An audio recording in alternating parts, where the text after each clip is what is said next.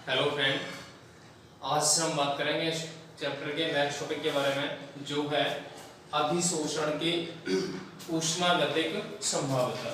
कि जो अधिशोषण प्रक्रिया है वह ऊष्मागतिक रूप से संभव है या नहीं है। हम ये कहते हैं यदि कोई प्रक्रम कैसा होता है, स्वतः परिवर्तित होता है या अपने आप घटित होता है, उसके लिए गिब्स मुक्त ऊर्जा में परिवर्तन कैसा होता है, ऋणात्मक।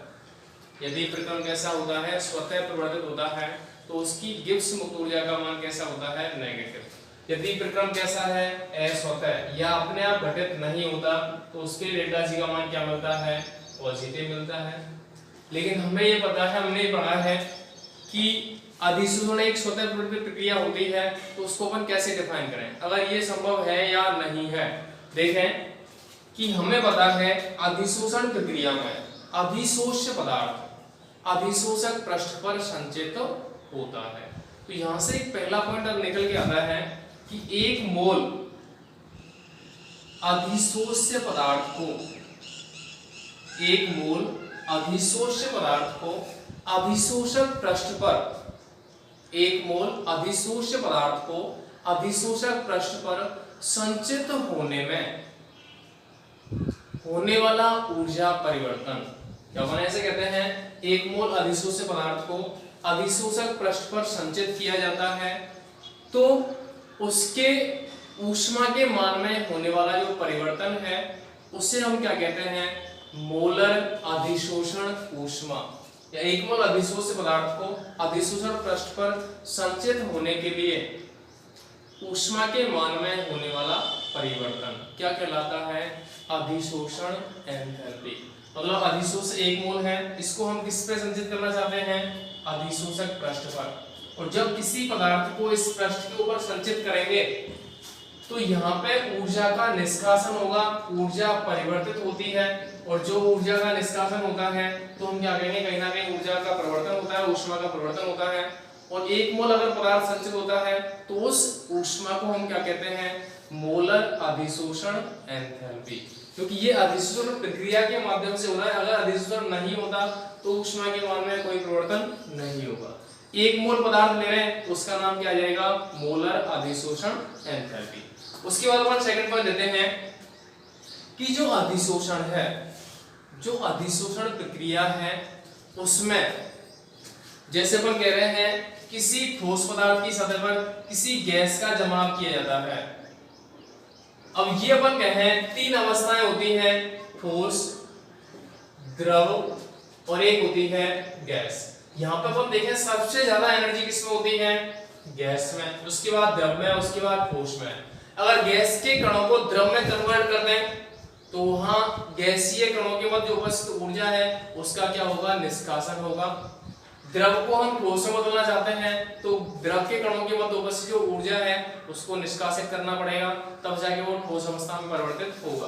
तो हम ये कहते हैं कि अगर किसी गैस को ठोस की सतह पर संचित करना चाहते हैं तो जो गैस के कणों के मध्य उपस्थित एनर्जी है उसका क्या होगा, उत्सर्जन होगा, वह वहां से निकलेगी। और एनर्जी अगर यहाँ से निकलती है तो अपन क्या कहेंगे कि यहाँ पे जो एंथैल्पी परिवर्तन है कैसा होगा, ऋणात्मक। कैसा होगा, या एंथैल्पी या ऊष्मा के मान में क्या आएगी, कमी। क्योंकि गैस के कण यदि ठोस पदार्थ की सतह पर संचित होते हैं तो ऊष्मा के मान में कमी आती है, ऊष्मा का निष्कासन होता है, अर्थात एंथैल्पी परिवर्तन ऋणात्मक प्राप्त होता है। क्या प्राप्त होगा, एंथैल्पी परिवर्तन नेगेटिव। उसके बाद अपन देखेंगे कि यहां से अपन कहते हैं कि जब गैस के कण दूर दूर होते हैं तो गैस के कणों के मध्य बहुत कम बल कार्य करेगा, गैस अव्यवस्थित होगी। और जब अव्यवस्थित होती है तो हमें पता है अव्यवस्था की जो माप है, वो क्या कहलाती है, एंट्रोपी। क्या कहलाती है, एंट्रोपी।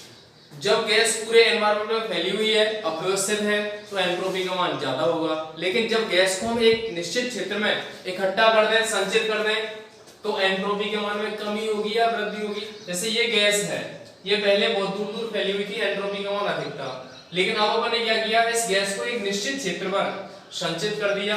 मतलब ये जो गैस है केवल ठोस सतह पर व्यवस्थित हो गई, और जब व्यवस्थित हो जाएगी मतलब अव्यवस्था का मान क्या आएगा, कम आएगा।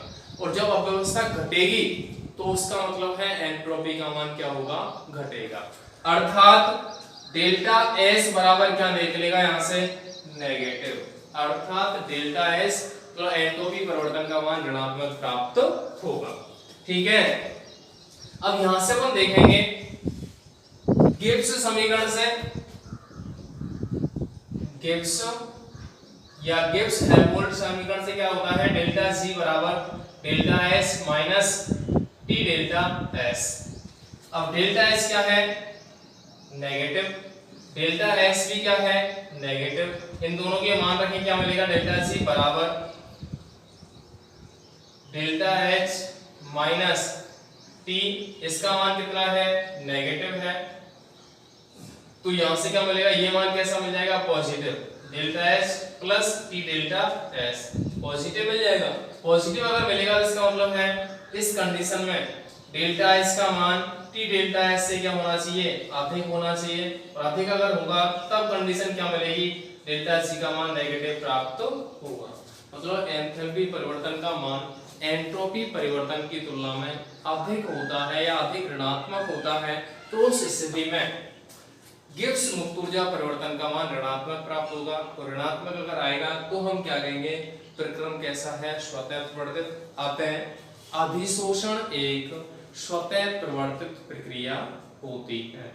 तो ये ऊष्मागतिक रूप से स्पष्ट होता है कि यहाँ इस प्रक्रिया में ऊष्मा का निष्कासन होता है, एंट्रोपी परिवर्तन ऋणात्मक प्राप्त होता है। तो गिब्स समीकरण से डेल्टा जी का मान नेगेटिव अगर प्राप्त होता है तो अपन क्या कहते हैं, अधिशोषण एक स्वतः प्रवर्तित प्रक्रिया होती है। देख लिया अपन, ये मान अपन ने रखे हैं, उस कंडीशन अपन क्या कहेंगे, ये वैल्यू तो पूरी पॉजिटिव हो जाएगी, ये वैल्यू क्या होगी, नेगेटिव। अगर इसका मान ज्यादा है, इसका मान कम है, क्योंकि हमें पता है ये कैसा है, नेगेटिव, और ये कैसा है, पॉजिटिव।